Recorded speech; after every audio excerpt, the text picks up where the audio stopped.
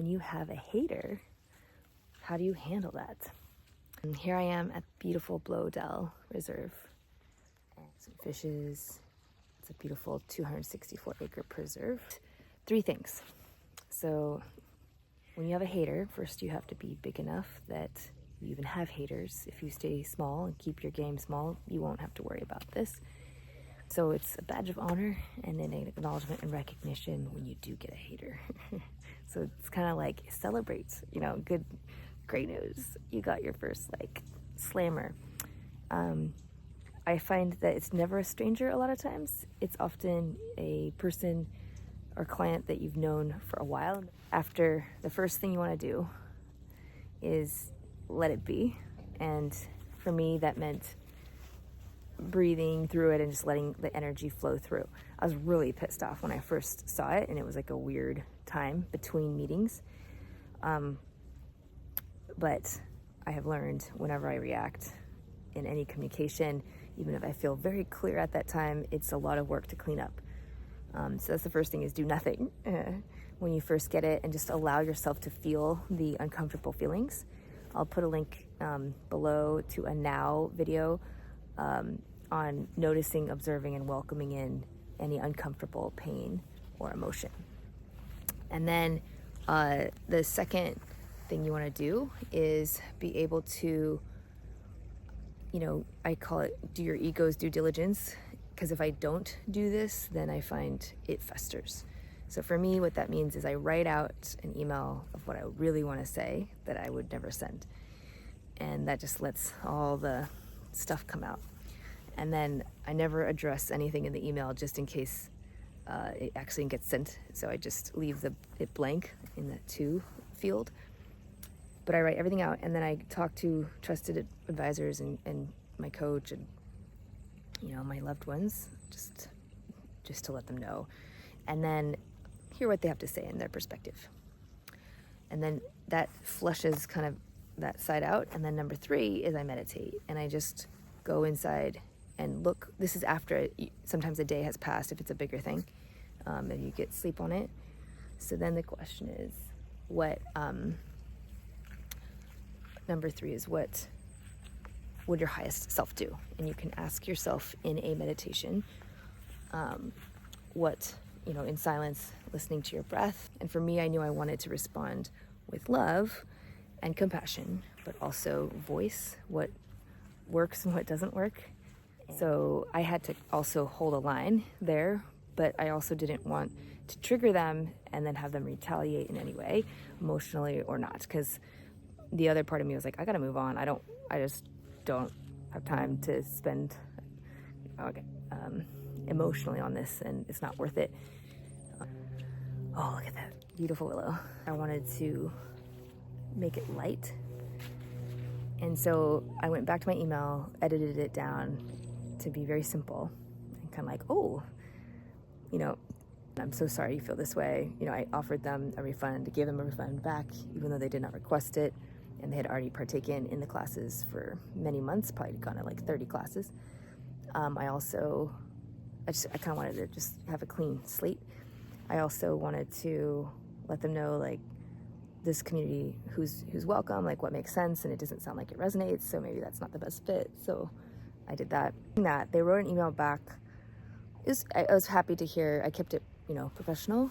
So one perspective I realized in meditation was how cool it was that this was happening. Because number 1, I get to practice being my work that I say that I am. Number 2, I'm grateful for this situation because it really, it could have festered into something weird later. So I'm glad to kind of clean it up now. But it had me stand up for myself. And by me saying, here's a refund, doesn't look like it's a fit anymore. The first email that was sent had a lot of false accusation and judgment and just it's pretty toxic. So my email back after doing these 3 steps was to I'm so proud. It was so high level. It was just recreating their experience and just saying, I'm so sorry that this has been the impact on you. I'm mortified and I can't believe that this has been the experience. while still owning and not like being apologizing for doing nothing. And kept it super high class. It was 100% compassionate. So when they responded back still with accusation after that, that's when I knew. I was like, ooh, this isn't good. And that's when I sent the next email, like, okay, looks like this isn't a fit. I'm so sorry. Here's a refund. Best of luck. And then they sent a last email back saying one last little thing. It was, to their credit, it was very cordial. And then just, like I said, there's like a zinger at the end saying that I'm inauthentic and not living my dream life. And that my business now doesn't reflect that. Because I'm not singing and I guess they think I'm supposed to be a professional singer and dancer, which is, anyway, passions are distinct, by the way, from your dream life. So I'm very lucky because I am living my dream life. And like there's literally, it is hard to come up with things that I want because, more, bigger, better, different. I know it doesn't do it necessarily. So I just kind of make stuff up because it's at a point where I'm like, it's pretty solid all the way across, and financially, emotionally, spiritually, I love a simple life, and I love, I'm so, my dream is to be a monk, and that is the life I'm living now as an urban monk. And anyway, but the point is, I ended up not even responding to the final email because I just removed them from the community. So that feels solid. I have quelled my ego who's like, you should stand up for yourself and speak up for yourself and put them in their place. I just have no more energy left for this. So anyway, that's the 3 ways you can handle haters is number 1. I have a couple more points that came up. Is be grateful. Yay, that you've gotten that big as an opportunity to really shine. I'm so proud of how I handled it with so much love. It was ridiculous. That's the 3 things, right? First is let it flow, do nothing, don't react. Number 2 is to do your ego's due diligence, say everything you want to say, get, input from others. And then number 3 is to ask your highest self what it would do. And in this case, I decided not to respond to that final email at all. So I hope this helped.